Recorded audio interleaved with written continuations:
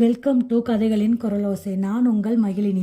இப்போ நம்ம பார்த்துட்டு இருக்க கதை என்னன்னா, மோகன் அவர்கள் எழுதிய பாண்டிய நாட்டு பைங்கிளி அப்படிங்கிற வரலாற்று சார்ந்த கற்பனை கதையை தான் நம்ம பார்த்துட்டு இருக்கோம். இப்போ நிறைவு பகுதிக்கு வந்தாச்சு. இப்போ நீங்கள் கதை கேட்டீங்கன்னா கதை உங்களுக்கு முழுதாகவும் தெளிவாகவும் புரியாது. அதனால இதற்கு முந்தைய அத்தியாயங்களோட லிங்கை டிஸ்கிரிப்ஷனில் கொடுத்துருக்கேன், பார்த்துட்டு வாங்க. சரி, நம்ம கதைக்குள்ள போலாமா? அத்தியாயம் 44. கரையில் கயல்விழி. மாத்தோட்டம் துறைமுகம் பெரிய பாய்மர படகு ஒன்று புறப்பட தயாராக இருந்தது. கரையில் பாண்டு மன்னன், இளமாறன், ஏலவர் குழலி மற்றும் 2 பாண்டிய இளவரசர்கள் நின்று கொண்டிருந்தார்கள். இளமாறா என்று அழைத்தான் பாண்டு மன்னன். இளமாறன் திரும்பி பாண்டு மன்னனை பார்த்தான்.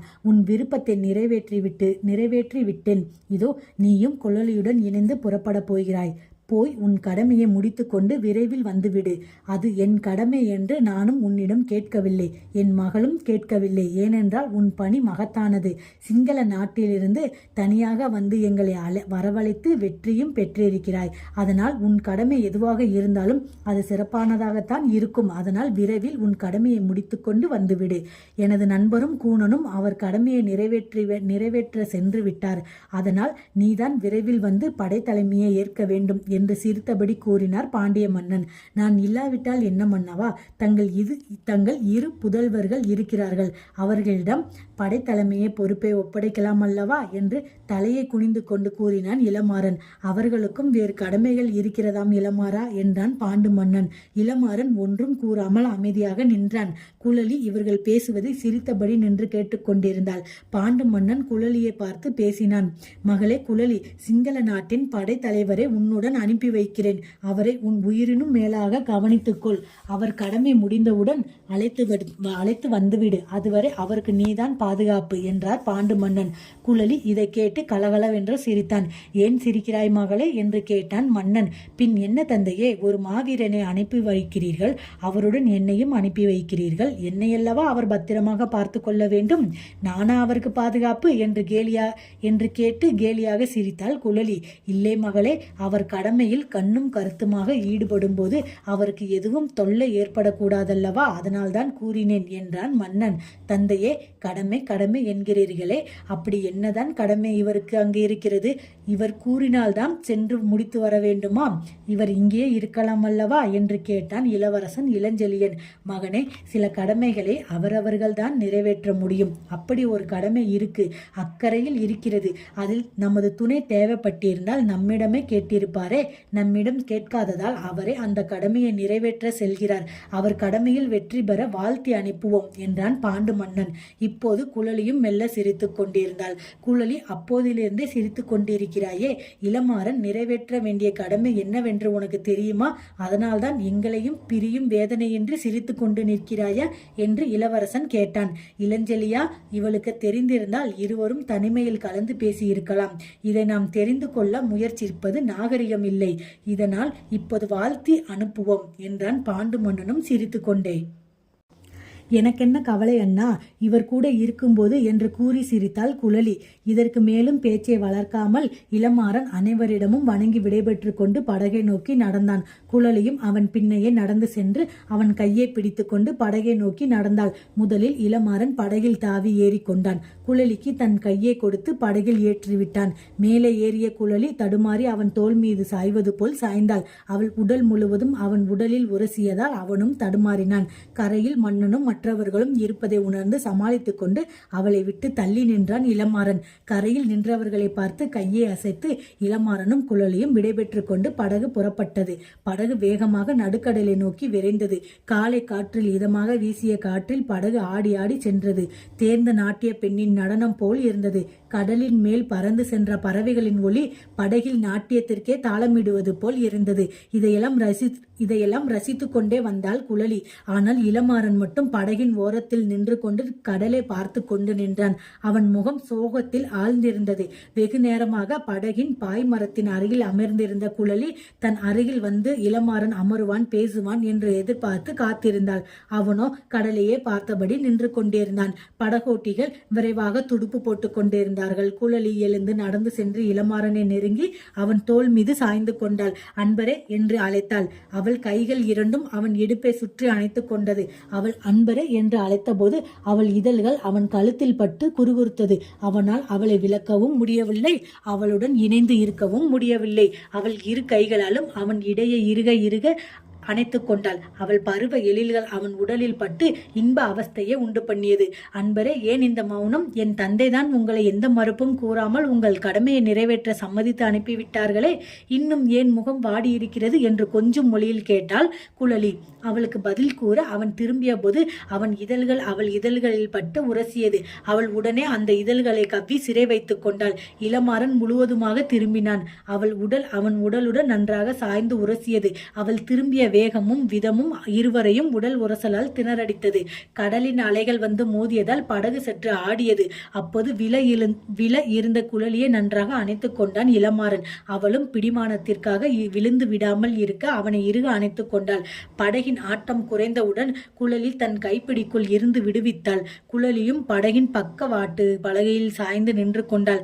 அப்போது அடித்த காற்றின் அவள் முந்தானை விலக அவள் அணிந்திருந்த கச்சும் அதை திமிரிக் கொண்டு இருந்த அவளின் மார்பகமும் பளிச்சென்று அவன் கண்களை குத்தியது. படகு ஆடாமலேயே தடுமாறினான் இளமாறன். குழலி என்றால் தடுமாறினாள். ஏன், என்ன என்று அவளுக்கும் புரியாதது போல் அவனை கேட்டாள். என் முந்தானைக்கு என்ன? அது விலகிவிட்டது. அதனால் என்ன அன்பரே, உங்கள் முன்புதானே நான் நிற்கிறேன். இங்கு உங்களை தவிர வேறு யாரும் இல்லை. என் முந்தானை விலகினால் என்ன? இதற்கு முன் இப்படி நீங்கள் பார்த்து ரசித்ததில்லையா? ஆனாலும் பொல்லாதவர் தான் நீங்கள் என்றாள் குழலி. நான் பொல்லாதவனா என்று குளறினான் இளமாறன். ஆனால் அவன் பார்வை மட்டும் அவள் உடலை விட்டு விலகவில்லை. ஆம், பொல்லாதவர் தான். எத்தனை முறை என் முந்தானையை விலகி கச்சையை அவிழ்த்து பார்த்து சுவைத்திருப்பீர்கள். அப்பப்பா, என்ன ஆனந்தம் என்று கேட்டு கண்களை மூடி அந்த சுக அனுபவித்து பேசினாள் குழலி. அது வேறு இது வேறு என்றான் இளமாறன். எல்லாம் ஒன்றுதான் அன்பரே. உங்களுக்கு வெட்கமாக இருந்தால் என் முந்தானையை நீங்கள் இருந்து மறைத்துக் கொள்ளுங்கள் என்று கூறி மீண்டும் அவனை நெருங்கி வந்து அவன் மார்பில் சாய்ந்து கொண்டாள் குழலி. அவள் சாயும் போது அவன் மார்பை துளைத்த அவள் பருவ எழில்கள் அவனை மேலும் கீழும் சித்திரவதைப்படுத்தியது. அதற்கு மேல் அவனால் கட்டுப்படுத்த முடியாமல் அவளை நன்றாக அணைத்துக் கொண்டான். அவள் இதழ்களை தன் இதழ்களுக்குள் பிடித்து கொண்டான். கடலில் ஒரு மீன் துள்ளி இருவர் மீதும் பட்டு மீண்டும் கடலில் விழுந்தது. அப்போதுதான் இருவரும் சுயநினைவு பெற்று விலகினார்கள். குழலி என்றான் இளமாறன். அன்பரே, அதற்குள் விட்டுவிட்டீர்கள் போதுமா என்று குலைவாக கேட்டாள் குழலி. இதற்காகத்தான் நான் மட்டும் தனியாக செல்கிறேன் என்று கூறினேன் என்றான் இளமாறன். இப்போதும் தனியாகத்தானே செல்கிறீர்கள் என்றாள் குழலி. இல்லை, நீயும் என்னுடன் என்றான் தடுமாறினான் இளமாறன். அவனை காதலுடன் பார்த்தாள் குழலி. மீண்டும் அவனை நெருங்கி அவள் அருகில் வந்து அவளை தன் இடையே சுற்றி ஓடவிட்டான் இளமாறன். அன்பரே, நீங்கள் வேறு நான் வேறா? நாம் இருவரும் ஒன்றல்லவா? மனதால், உடலால், எண்ணத்தால் அப்படி இருக்க எப்படி நாம் வேறு வேறு ஆனோம் என்று கூறி அவன் கண்களை நோக்கினாள் குழலி. அதில் தெரிந்த காதலில் அவன் மயங்கி தன்னை இழந்து நின்றான். என்ன அன்பரே, நான் கூறுவது உண்மைதானே என்று கேட்டாள் குழலி. ஆமாம் என்றான் இளமாறன். கடல் அலைகள் சிரித்து கொண்டு படகில் மோதியது. மீண்டும் அங்கு ஒரு இன்ப நாடகம் நடந்தது. சற்று நேரத்தில் இருவரும் தன் நிலைக்கு வந்தார்கள். குழலி தன் ஆடைகளை சரி செய்து கொண்டு இருந்தாள். குழலி என்று அழைத்தான் இளமாறன். இப்போது பதில் எதுவும் கூறாமல் அவனையே என்ன என்பது போல் பார்த்தாள் குழலி. இப்போதும் நாம் இருவர் மட்டும்தானே இங்கு இருக்கிறோம் என்றான் கேலியாக. ஆமாம், உன் முந்தானே என்று சுட்டி காட்டினான் இளமாறன். நீங்கள் உண்மையிலேயே வீரர்தானா என்று கேட்டாள் குழலி. ஏன் இந்த சந்தேகம் என்றான் இளமாறன். கை கெட்டும் தூரத்தில் இருக்கும் கனியை பறிக்க யாரிடம் அனுமதி கேட்க வேண்டும்? காற்று அவ்வப்போது வீசி இலையால் கனியை மறைக்கத்தான் செய்யும். விருப்பமுள்ளவர்கள் இலையை விலக்கி கனியை ரசிக்க வேண்டும். இலை மூடுகிறதே என்று கதை பேசினால் கனியை அணில் கடித்து ரசித்து சென்றுவிடும் என்றாள் குழலி அவனை கேலியாக பார்த்து. அப்பா, இப்போதுதான் இந்த பாண்டி நாட்டு பைங்கிளி தமிழ் பேசுகிறது என்றான் இளமாறன். பேசியபடியே வானத்தை அண்ணார்ந்து பார்த்தான். குழப்பத்துடன் எதிரில் தெரிந்த கரையையும் பார்த்தான். குழலி, இப்போது நாம் எங்கு வந்திருக்கிறோம்? சேது கரைக்கல்லவா படகை செலுத்த கூறினேன் என்றான் சுற்றுமுற்றும் பார்த்துவிட்டு. படகு தலைவனை காணச் சென்றான். இருங்கள், படகு சரியான இடத்திற்கு தான் போகிறது.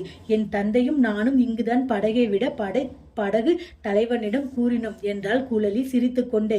இங்கு எதற்கு என்று கூறினான் இளமாறன்.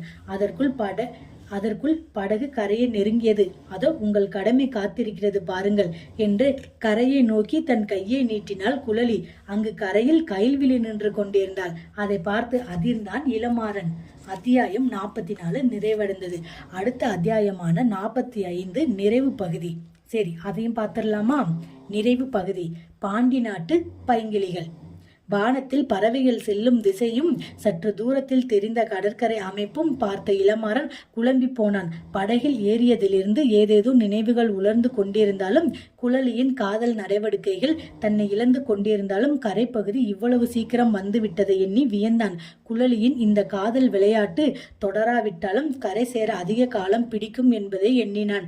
ஆனால் இந்த காதல் விளையாட்டை ரசித்து கொண்டு வந்தாலும் தான் சேர வேண்டிய கரை இது அல்ல என்று புரிந்து குழம்பி போனான் இளமாறன். தான் செல்ல வேண்டிய இடம் ஒன்று, வந்து சேர்ந்த இடம் ஒன்று. இங்கு எதற்காக படகு வந்தது என்று குழம்பினான் இளமாறன். குழலி, நான் செல்ல வேண்டிய இடம் இதுவல்ல என்றான் இளமாறன். அப்படியா? என் தந்தை இந்த இடத்தை தான் குறிப்பிட்டார். படகு தலைவனிடமும் இந்த இடத்தை தான் குறிப்பிட்டார். நீங்களும் இங்கு செல்லத்தான் நினைத்து என் தந்தையிடம் கூறி இருக்கிறீர்கள் என்றல்லவா நினைத்தேன் என்றால் ஒன்றும் தெரியாத குழந்தையை போல் முகத்தை வைத்துக் கொண்டு. குழலி, இது என்ன ஏமாற்று வேலை? நான் சேது கரைக்கு செல்ல வேண்டும் என்றளவா படகு தலைவனிடம் கூறினேன் என்றான் விழிகள் குழப்பத்தில் துடிக்க. என் தந்தையிடம் கூறினீர்களா என்று கேட்டால் குழலி. இல்லை, என்னிடம் கூறினீர்களா? இல்லை. அப்படி நிலைமை இருக்க படகு அதன் போக்கில் தான் செல்லும் என்றால் குழலி. உங்களிடம் கூறிவிட்டாலும் படகு தலைவனிடம் கூறினேனே என்றான் சற்று கோபமாக. படகு தலைவன் மன்னன் பேச்சை கேட்பானா பயணியின் பேச்சை கேட்பானா என்று கேட்டால் குழலி. அது எப்படி? பயணியின் பேச்சை தான் கேட்க வேண்டும் என்றான். அப்போதும் கோபம் குறையாமல். உண்மைதான் நண்பரே, படகு உங்களுடையதாய் இருந்தால் படகு தலைவன் உங்கள் பேச்சை கேட்பான். இந்த படகு மன்னனால் ஏற்பாடு செய்யப்பட்டது, அதனால் மன்னன் பேச்சை தான் கேட்க வேண்டும் என்றான் அமைதியாக. இல்லை இல்லை, நீயும் உன் தந்தையும் சேர்ந்து ஏதோ சதி செய்கிறீர்கள் என்று கூறினான் இளமாறன். சதியா? நாங்களா என்று அவனை திருப்பி கேட்டாள். ஆம், சதிதான். அதனால்தான் படகு வேறு திசையில் செல்கிறது. அன்பரே, என் தந்தைக்கு நீங்கள் எவ்வளவு பெரிய உதவி செய்திருக்கிறீர்கள். அதற்கு பரிசாக என்னையே வழங்கியுள்ளார். அப்படி இருக்க எதற்காக சதி செய்ய வேண்டும் என்று கழுத்தை சாய்த்தபடி அவனை பார்த்து கேட்டாள் குழலி. நீ அவர் அளித்த பரிசு இல்லை, நீங்கள் விதித்த நிபந்தனை என்று சுட்டி காட்டினான் இளமாறன். சரி, நிபந்தனைதான். மறுத்துவிட்டு போயிருக்கலாமே. கடற்கரையில் ஒவ்வொரு முறையும் என்னிடம் சுகம் அனுபவித்து விட்டு இப்போது நிபந்தனை என்று கூறுவது நியாயமா அன்பரே என்று கேட்டாள் குழலி. அது என் நாட்டிற்காக அந்த நிபந்தனையை ஏற்றுக்கொண்டேன் என்றான் இளமாறன். ஏற்றுக்கொண்ட பிறகு, அதுவும் மகிழ்வோடு ஏற்று சுவைத்த பிறகு அதை நிபந்தனை என்று கூறுவதும் நியாயமில்லை அன்பரே என்றாள் குழலி. அவள் பேசுவது எதற்கும் தன்னால் சரியான பதில் கூற முயலாமல் தவித்தான் இளமாறன். தற்போது படகு எங்குதான் போகிறது என்று தன் குரலை சற்று தாழ்த்தி கேட்டான் இளமாறன். நீங்கள் எதற்காக புறப்பட்டு வந்தீர்களோ அதற்காகத்தான் என்றாள் குழலி. பாண்டி நாட்டு பைங்கிளி பைந்தமிழில் விளையாடுகிறாள் என்று மெல்ல முணுமுணுத்தான் இளமாறன். ஏன், நீங்களும் தமிழர் தானே, உங்கள் விளையாட்டு எதில் என்று கூறுங்கள் என்றாள் குழலி. இளமாறன் பேசாமல் படகின் பின்பக்க பலகையில் பிடித்து கொண்டு குழலிக்கு தன் முகத்தை காட்டிக்கொண்டு நின்றான். குழலி சிரித்து கொண்டாள். அதற்குள் படகு கரையை நெருங்கிவிட்டது. குழலி இளமாறன் பின்புறமாக வந்து அவனை கட்டிக்கொண்டு அவன் முதுகில் நன்றாக சாய்ந்து கொண்டாள். அன்பரே என்று மெல்ல அழைத்தாள். இளமாறன் ஏமாற்றத்தாலும் கோபத்தாலும் அவளை பார்க்காமல் கடலையே பார்த்து கொண்டு குனிந்தபடி நின்றிருந்தான். அன்பரே, கோபமா என்று கேட்டாள் குழலி. அப்போதும் பேசாமலேயே நின்றிருந்தான் இளமாறன். அன்பரே, நீங்கள் பேசாவிட்டாலும் பரவாயில்லை, அதோ கரையை பாருங்கள் என்றாள் குழலி. எனக்கு எதையும் பார்க்க தேவையில்லை என்று சீறினான் இளமாறன். கரையை ஒரு முறை பார்த்தால் உங்கள் கோபமெல்லாம் பறந்துவிடும் என்றாள் கொஞ்சலாக. எனக்கு எதை பார்த்தும் கோபம் குறையாது என்றான் இளமாறன். அப்படியா? உங்கள் கடமை கடற்கரையில் நின்றால் கூட பார்க்க மாட்டீர்களா? கோபம் குறையாதா என்று கேட்டாள் குழலி. அப்போதுதான் கரையை நிமிர்ந்து பார்த்தான் இளமாறன். அங்கு ஒரு பாறையின் மேல் கயல்விழி நின்று கொண்டிருந்தாள். அவளை பார்த்தவுடன் ஆனந்த அதிர்ச்சி அடைந்து குழலியை பார்த்தான் இளமாறன். அன்பரே, உங்கள் கடமை என்னவென்று உங்களுக்கு தெரியும். அதனால்தான் உங்களை இங்கு அழைத்து கொண்டு வந்தேன். உங்கள் கயல்விழி காத்து கொண்டிருக்கிறாள், செல்லுங்கள் என்றாள் குழலி. ஆனந்தத்தில் குழலியை திரும்பி பார்த்தான் இளமாறன். அவன் கைகள் அவள் இடையே வளைத்தது. குழலி, உனக்கு எப்படி என்று திணறினான் இளமாறன். உங்கள் கடமை அங்கே இருக்கிறது, என்னையும் விட மனசில்லையா என்றாள் குழலி. குழலி நீ நீ என்றான் மறுபடியும். முதலில் கரைக்கு செல்லுங்கள், அவளை பாருங்கள், மற்றவைகளை பிறகு பேசிக்கொள்ளலாம் என்றாள் குழலி. அவள் முகத்திலோ விழிகளிலோ எந்தவித ஏமாற்றமோ வருத்தமோ இல்லாமல் இருப்பதை பார்த்து வியந்தான் இளமாறன். அதற்குள் படகு கரை தட்டி நின்றது. குழலியை விட்டு விட்டு கரையில் குதித்து பாறையில் நின்ற கயல்விழியை நோக்கி ஓடினான் இளமாறன். கயல்விழி என்று அழைத்து கொண்டு ஓடினான் இளமாறன். ஆனால் கயல்விழியோ நின்ற இடத்தை விட்டு நகராமல் நின்றாள். அவள் முகத்தில் எந்தவித உணர்ச்சியும் இல்லை. அதை பார்த்து திடுக்கிட்டான் இளமாறன். அவன் பின்னாலேயே குழலியும் வந்தாள். அவளை பார்த்த கயல்விழி இளமாறனை நோக்கி சீறினாள். இவள் யார்? இவளை அழைத்து கொண்டு இங்கு தேனிலவு கொண்டாட வந்தீர்களா என்று சீறினாள். அப்போதுதான் தனக்கு பின்னே குழலி நிற்பதை பார்த்தான். இவள் இவள் என்று தடுமாறினான் இளமாறன். அதற்குள் குழலியே பேசினாள். பெண்ணே, தவறாக பேசாதே என்றாள் குழலி. என்ன தவறாக பேசினேன் என்று கூறினாள் கயல்விழி. நாங்கள் இங்கு தேனிலவு கொண்டாட வரவில்லை. பிறகு எங்களுக்கு தேனிலவெல்லாம் முடிந்து விட்டது. ஆனால் என்று தயங்கினாள் குழலி. என்ன ஆனால் என்றாள் கயல்விழி. திருமணம்தான் ஆகவில்லை என்றாள் குழலி. இளமாறன் நிலைமை தர்ம சங்கடமாகி போனது. ஓஹோ, திருமணம் செய்வது ஒருத்தியே, தேனிலவு கொண்டாடுவது இன்னொருத்தியுடனா என்று கூறினாள் கயல்விழி. இவருக்கு திருமணமாகி விட்டதா? என்னிடம் கூறவே இல்லையே என்றாள் கேலியாக. குழலி, கயல்விழி, இருவரும் நிறுத்துகிறீர்களா என்று கூச்சலிட்டான் இளமாறன். ஏன் நிறுத்த வேண்டும்? உங்களுக்கு திருமணமான விஷயத்தை என்னிடம் கூறவில்லையே என்றாள் குழலி. உங்களுக்கு தேனிலவு நடந்த விவரத்தை என்னிடம் கூறவில்லையே என்றாள் கயல்விழி. அப்படியானால் நீ யார் என்று கேட்டாள். நான் இவர் மனைவி என்று தன் கையை இளமாறன் பக்கம் நீட்டினாள் கயல்விழி. இதுதான் சிங்கள நாட்டு தமிழர்கள் பண்பாடா? திருமணம் ஒருவருடன் தேனிலவு ஒருவருடன். இப்போது உங்கள் முகமூடி கிழிந்து விட்டது. இதற்கு தான் என்னை உடன் வர வேண்டாம் என்று கூறினீர்களா என்று சீறினாள் குழலி. அப்படி வேறு கூறினீரா என்று பாய்ந்தாள் கயல்விழி. ஆமாம், நான் தான் விடாப்படியாக இவருடன் வந்தேன். ஆனால் படகில் கூட இவர் அமைதியாக வரவில்லை. என்னை என்ன பாடுபடுத்தி விட்டார் தெரியுமா? அப்போது கூட இவர் தன் மனைவியை சந்திக்கப் போவதாக கூறவில்லை. ஏதோ கடமை இருப்பதாகவும் கூறினார். நானும் என் தந்தையும் ஏமாந்து விட்டோம் என்று கூறி கண்ணீர் வடித்தாள் குழலி. நானும் என் தந்தையும் கூட ஏமாந்து விட்டோம் என்று கயல்விழியும் கண்ணீர் விட்டாள். இருவரும் உங்கள் கச்சேரியை நிறுத்துகிறீர்களா? நடந்ததை புரிந்து கொள்ளாமல் இருவரும் ஒருவர் மாற்றி ஒருவர் என்னை குற்றம் கூறுகிறீர்களே என்று சீறினான் இளமாறன். பார்த்தாயா பெண்ணே, செய்வதெல்லாம் இவர் செய்துவிட்டு நம்மை ஏசுகிறார் என்றாள் குழலி. ஆமாம், இவர் பொல்லாதவர்தான் என்று கூறினாள் கயல்விழி.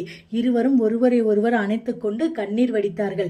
இவர்களை எப்படி அமைதிப்படுத்துவது என்று புரியாமல் தவித்தான் இளமாறன். நீ என்னை கட்டி பிடிப்பது சுகமாக இருக்கிறதாடி பெண்ணே என்றாள் கயல்விழி. எனக்கும் கூடத்தான். ஆனால் இவர் கட்டிப்பிடித்தால் அதைவிட சுகமாக இருக்கும் என்றாள் குழலி. ஆமாம், உண்மைதான்.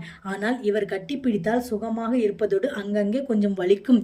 இவர் முத்தம் கொடுத்தால் அந்த வலி கூட மறந்துவிடும் என்றாள் கயல்விழி. இதை கேட்டு திடுக்கிட்டான் இளமாறன். என்ன பெண்கள் இவர்கள் இப்படியெல்லாம் பேசுகிறார்கள் என்று நினைத்தான் இளமாறன். கொஞ்சம் கூட வெட்கமில்லையா உங்கள் இருவருக்கும் என்று சீறினான் இளமாறன். வெட்கமா? எதற்கு என்று இருவரும் கேட்டார்கள். நமக்குள் நடந்ததை இப்படி இருவரும் வெளிச்சம் போட்டு பேசுகிறீர்களே, வெட்கமாக இல்லையா என்று மீண்டும் கேட்டான் இளமாறன். எங்களுக்கு இதிலெல்லாம் கொஞ்சம் கூட வெட்கமே இல்லை என்றார்கள் இருவரும் சிரித்துக்கொண்டு. அப்போதுதான் அவர்களை கவனித்தான் இளமாறன். இருவரும் அந்நியர்கள் போல் இல்லாமல் உறவாடியது அவனுக்குள் நெருடியது. என்ன விழிக்கிறீர்கள்? நாங்கள் இருவரும் உயிர் தோழிகள் என்றாள் குழலி. அப்போதுதான் அதிர்ந்து போய் இருவரின் நாடகமும் புரிந்தது அவனுக்கு. உயிர் தோழிகளா என்று மெல்ல சிரித்தான் இளமாறன். ஆமாம் என்றார்கள் இருவரும். ஏன் இதை என்னிடம் கூறவில்லை என்று கேட்டான் இளமாறன். உங்கள் கடமை நிறைவேற வேண்டும் என்பதற்காகத்தான் என்றாள் குழலி. அப்படி என்றால் நீ எனக்கு நிபந்தனை போட்டது? இவளுக்கும் தெரியும். நாங்கள் பேசி வைத்துதான் நிபந்தனை போட்டோம். எனக்கும் உங்களை பிடித்து விட்டது. இவளிடம் வந்து கேட்டேன். இவளும் இருவருக்கும் காந்தர்வ திருமணம் முடிந்தது விட்டதை கூறினாள். இவளும் தோழிகள் ஆனதால் எங்களை இருவருமே திருமணம் செய்து கொள்ள முடிவு செய்தோம். முதலில் உங்கள் கடமையை முடிக்க வேண்டும் என்பதற்காக உங்களுடன் நான் சிங்கள நாட்டிற்கு செல்லவும் அதுவரை கயல்விழி இங்கு இருப்பதாகவும் பேசி முடிவு செய்து கொண்டோம் என்று கூறி சிரித்தாள் குழலி. அடி கள்ளிகளா, இப்படியா என்னை ஏமாற்றுவது? உங்களை என்ன செய்கிறேன் என்று பாருங்கள் என்று அவர்களை நோக்கி நடந்து வந்தான் இளமாறன். இனிமேல் செய்வதற்கு என்ன இருக்கிறது? எல்லாம் முடிந்து விட்டது. ஒருத்தியை திருமணம் செய்து கொண்டு இன்னொருத்தியை காதலியாக ஏற்று எல்லாவற்றையும் முடித்து விட்டீர்களே என்றாள் கயல்விழி. இளமாறன் இதை கேட்டு அயர்ந்து நின்று விட்டான். குழலி, இன்னும் ஏதேனும் இருக்கிறதா என்று கேட்டான் கயல்விழி. இருக்கிறது கயல்விழி, இவருக்கு நாம் தாவணி போட்டுக்கொள்வது பிடிக்கலையாம் என்று சிரித்தாள். ஏன் தாவணி போட்டுக்கொள்வதில் இவருக்கு என்ன வருத்தம் என்று ஒன்றும் புரியாதவள் போல் கேட்டாள் கயல்விழி. அது நம் எழில்களை மறைத்து விடுகிறதாம் என்றாள் குழலி. ஏன், வேண்டுமானால் விலக்கி பார்த்து கொள்ள வேண்டியதுதானே என்றாள் கயல்விழி. அதிலும் ஒரு வருத்தம் இருக்கிறதாம் கயல்விழி என்றாள் குழலி கேலியாக. அதையும் அவிழ்த்து விடுவதுதானா? அதில் இருவருக்கு ஒன்றும் சிரமமில்லையே என்று சிரித்தாள் கயல்விழி. இதைத்தான் நானும் படகில் வரும்போது கூறினேன் என்றாள் குழலி. ஏன், இதற்கு முன் இந்த வேலையை இவர் செய்ததில்லையா என்று கேட்டாள் கயல்விழி. அதை ஏன் கேட்கிறாய்? என்னை இவர் கச்சையாய் கட்ட விடுவதே இல்லை என்று கூறி சிரித்தாள் குழலி. கள்ளிகளா, என்னையா கேலி செய்கிறீர்கள் என்று கூறி ஓடி இருவரையும் நோக்கி ஓடி வந்தான் இளமாறன். இருவரும் அப்படியே நின்று கொண்டிருந்தார்கள். ஓடி வந்த இளமாறன் இருவரையும் ஆளுக்கொருவராக அவர்களின் இடையில் தன் கையை கொடுத்து மேலே தூக்கி வந்தான். இருவரும் ஒருவரை ஒருவர் பார்த்து சிரித்து தலையை அசைத்துக் கொண்டார்கள். கடல் நீரில் இளமாறன் இறங்கவும் இருவரும் அவனின் கன்னத்தை ஆளுக்கொருவராக வலிக்கும்படி கடித்தார்கள். அவன் ஆ என்று அலறியபடி இருவரையும் விட்டுவிட்டு இருவரும் கடல் நீரில் விழுந்தார்கள். பாண்டி நாட்டு பைங்கிளிகளே, உங்களை என்ன செய்கிறேன் பாருங்கள் என்று கூறி கடல் நீரில் பாய்ந்து இருவரையும் மீண்டும் தன் கைக்குள் கொண்டு வந்தான் இளமாறன். அப்போது வந்த பெரிய அலை ஒன்று அவர்களை கரையை நோக்கி புரட்டியது. மூவரும் ஆனந்தமாக ஒருவர் மீது ஒருவர் புரண்டு கரையை அடைந்தார்கள். இதோட பாண்டிய நாட்டு பைங்கிளிகள் அப்படிங்கிற ஒரு வரலாற்றை சார்ந்த கற்பனை கதை நிறைவடைந்தது. அடுத்த ஒரு கதையில் சந்திக்கலாம். நன்றி, வணக்கம்.